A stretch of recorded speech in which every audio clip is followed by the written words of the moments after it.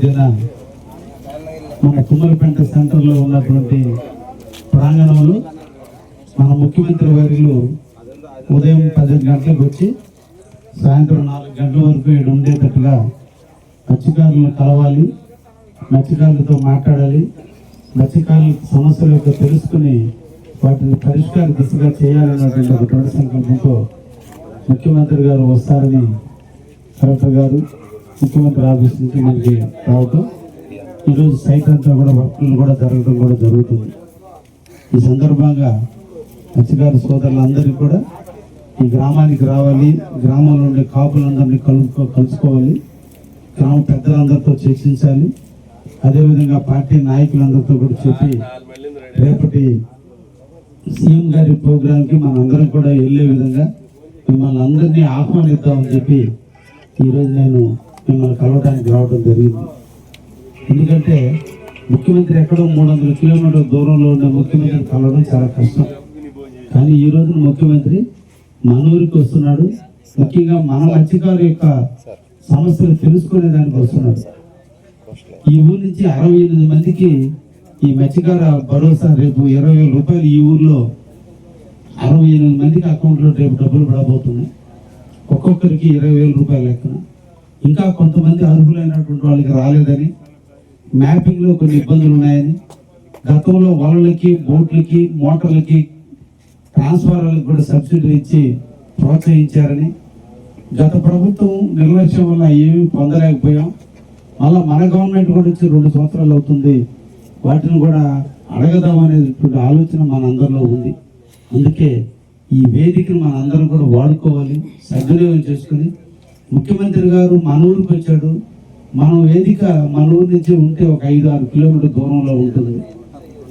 అంటే మనం ఈ సందర్భంలో మన అందరం కలవాలి, మన అందరం కూడా ముఖ్యమంత్రిని మెప్పించుకోవాలి. ముఖ్యమంత్రికి ఎంతమంది నన్ను చూస్తున్నారు, నా వైపు ప్రయత్నం చేస్తున్నారు, కాబట్టి వీళ్ళకి అండగా ఉండాలని ఇచ్చే విధంగా రేపటి ప్రోగ్రాన్ని మనం సక్సెస్ చేద్దామని, ఇది రాజకీయం కంటే కూడా మన యొక్క మత్స్యకారుల యొక్క హక్కులు, కోరికలు, మనం పడే సమస్యలు అన్నిటినీ తెలపాలని. నేను ఎమ్మెల్యే అయిన తర్వాత నేను కొత్తగా ఒక సమస్యలు చూశాను, అది కూడా రేపు ముఖ్యమంత్రి దృష్టికి తీసుకుపోతున్నా. ఎందుకనో మన మత్స్యకారు గ్రామాల్లో చాలా మంది బ్రెయిన్ స్ట్రోక్, పెరాలసిస్తో బాధపడుతున్నారు. నాకు వ్యక్తిగతంగా నాకు ఉప్పు ఎక్కువ తింటే బీపీ పెరుగుతుంది, కాబట్టి సముద్ర గాలి వల్ల అటువంటిది వస్తుందేమో, దీన్ని ఎంక్వైరీ చేసి రీసెర్చ్ చేసి అటువంటి ఆరోగ్యం క్షీణించినటువంటి వాళ్ళకి కూడా పెన్షన్ ఇవ్వాలి అని చెప్పి రేపు ముఖ్యమంత్రిని కూడా అడగడానికి కూడా నేను సిద్ధపడుతున్నా. ఎందుకంటే ముఖ్యంగా నా నియోజకవర్గంలో మన మత్స్యకారు గ్రామాల్లో ఎక్కువ మంది ఒక్కొక్కరు 20 లక్షలు 30 లక్షలు హాస్పిటల్కి దారం వస్తున్నారు.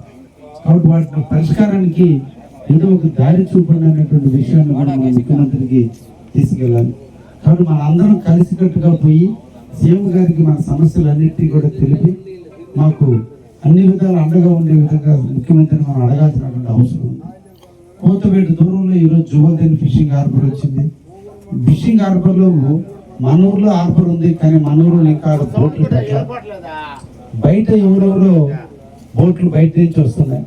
కాబట్టి మనం ఏమంటున్నామంటే ఇప్పుడు 1,20,00,000 రూపాయల బోటు 48 లక్షల రూపాయలు సబ్సిడీ ఇస్తున్నారు. 72 లక్షల రూపాయలు మేము చేతి పెట్టుకోవాల్సి వస్తుంది.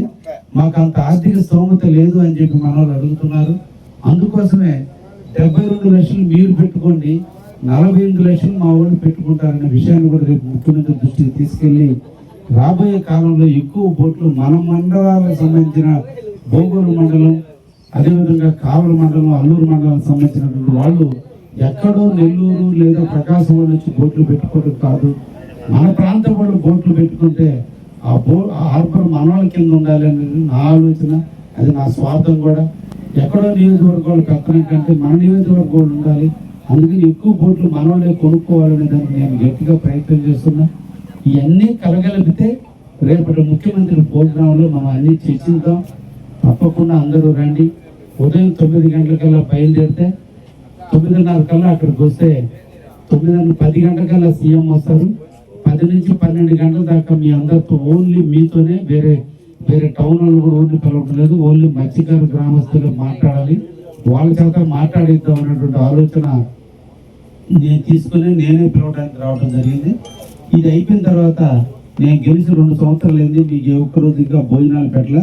అందుకని రేపు ఆ రెసిడెన్షియల్ స్కూల్లో మీ అందరికీ నేనే భోజనాలు ఏర్పాటు చేస్తున్నా.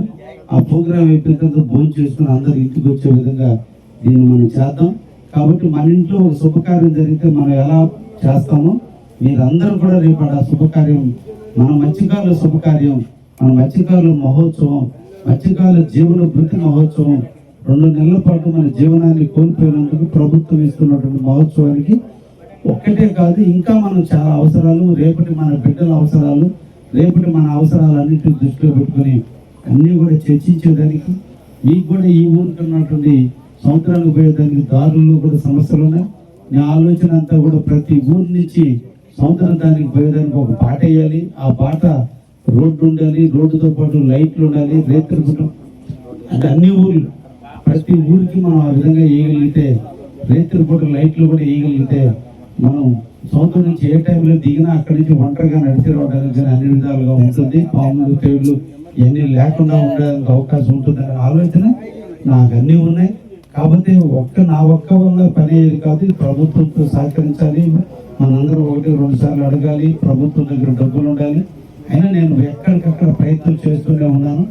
వీటన్నిటికీ అదృష్టం కొద్ది ముఖ్యమంత్రి గారు మన ఊరికి వస్తున్నాడు కాబట్టి దీన్ని మనం అందరం కూడా సక్సెస్ చేసుకొని ఆయన ద్వారా ఎక్కువ నిధులు అక్కడ అనౌన్స్ చేయించుకొని ఆయన దగ్గర హామీ తీసుకుంటే ఇంకా అక్కడి నుంచి నేను ప్రయత్నం చేసి వీటన్నిటిని సాధ్యం చేయడానికి అవకాశం